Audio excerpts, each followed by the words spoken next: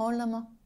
Kilolu bireylerle sıklıkla karşılaştığımız şikayetlerden bir tanesidir. Gece nefes durmasında eşlik ettiği horlama ilerleyen dönemlerde bizler için oldukça önemli sağlık problemlerine neden olabilir.